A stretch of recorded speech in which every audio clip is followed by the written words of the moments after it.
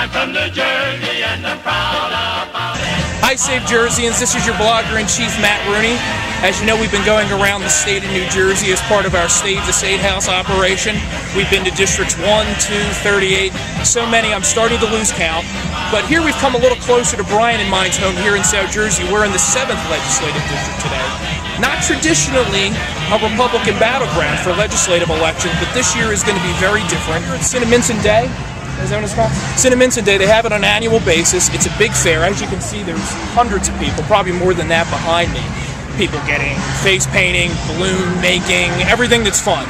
So we're mixing a little bit of politics with pleasure today and talking to them about their race. So I really appreciate you taking a moment. Thank you. Senator, 16 years? 14 in the Senate. So you've definitely done your tour of duty, but you've never had Republican support from your own districts.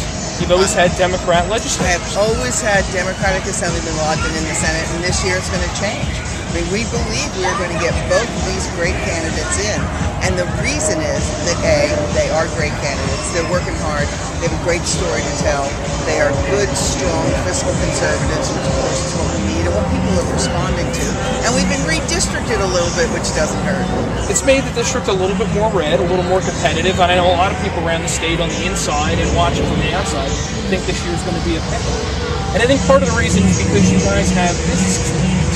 I know that's something Governor Christie has talked a lot about, how we need to make New Jersey friendly to businesses, improve the business climate, because if we're friendlier to businesses, that means there's going to be more job creation. As small businessmen, Chris, maybe I can ask you this question, since you're quite an entrepreneur. You can tell us a little bit about your experience.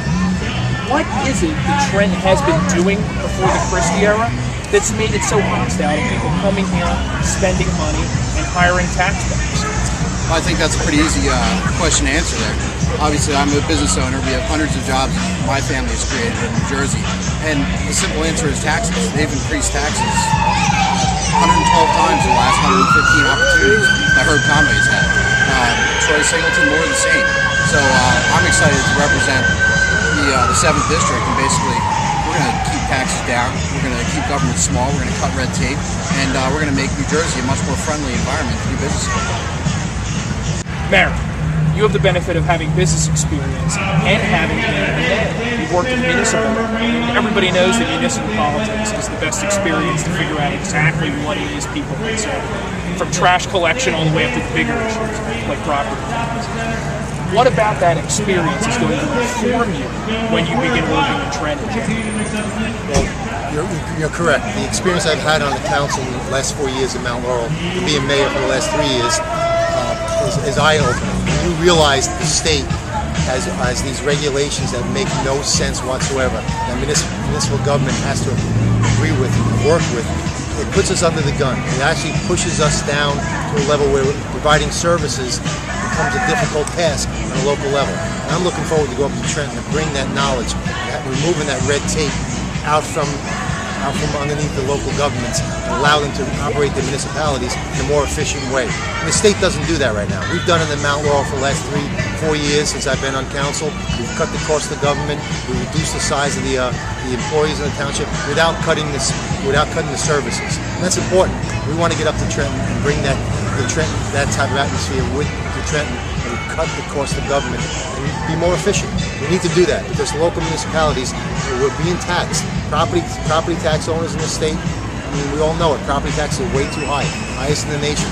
We need to figure out equal funding for schools. We need to change the school funding formula to help the municipalities. That will help right away. Now, something I know that's an important part of your platform has been increasing New Jersey's dedication and making sure we have one of the best infrastructure systems in the world.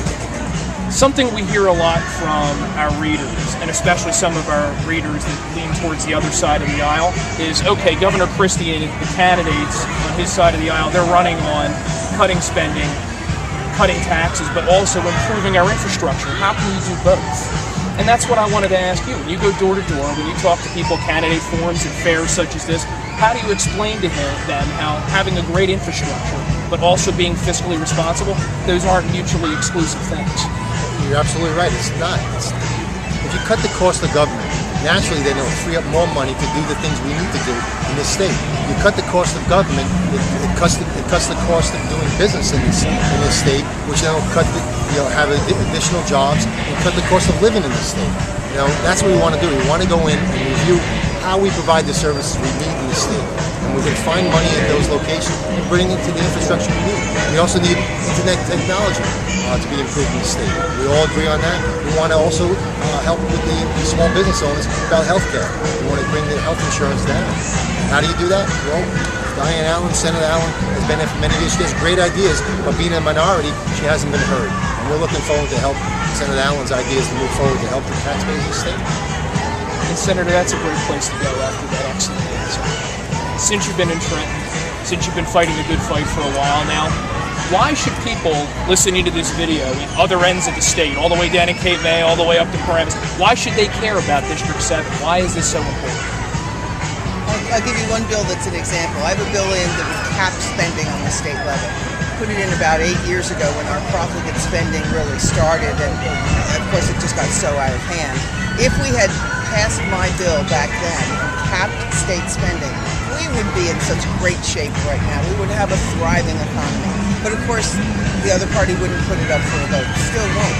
But if we get more and more of our party into the Assembly and into the Senate, people who believe, as Governor Christie does, in terms of fiscal responsibility, doing the right thing, living within our means, we can make this a wonderful state again. It's going to take us a while. It's going to take us making sure that people vote for folks like my two Assembly candidates and others across the state. I'm sold. If I was living here, I would. If I voted for you and I wasn't living here, then I'd be like the other side. My name isn't Carl Lewis, but what are you going to do?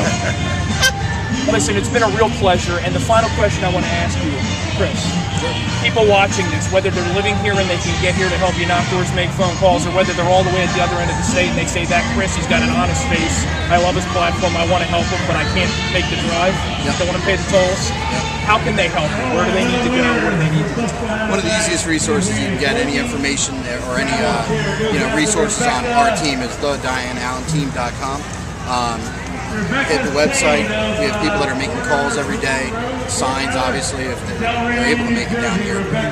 Any help is much appreciated. Obviously, donations also.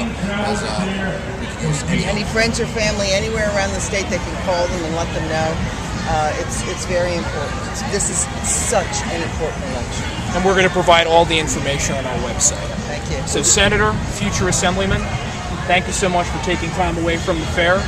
We'll let you get back to what you were doing, which is meeting the voters and spreading your message. And I'm going to take a break so Brian can get his face painted. Because you're really looking forward to that, right? What am I doing? Face paint. Face paint. Oh, absolutely. Thanks so much. Yeah, appreciate it. Thanks. Thank you. Really appreciate it. Thank you for...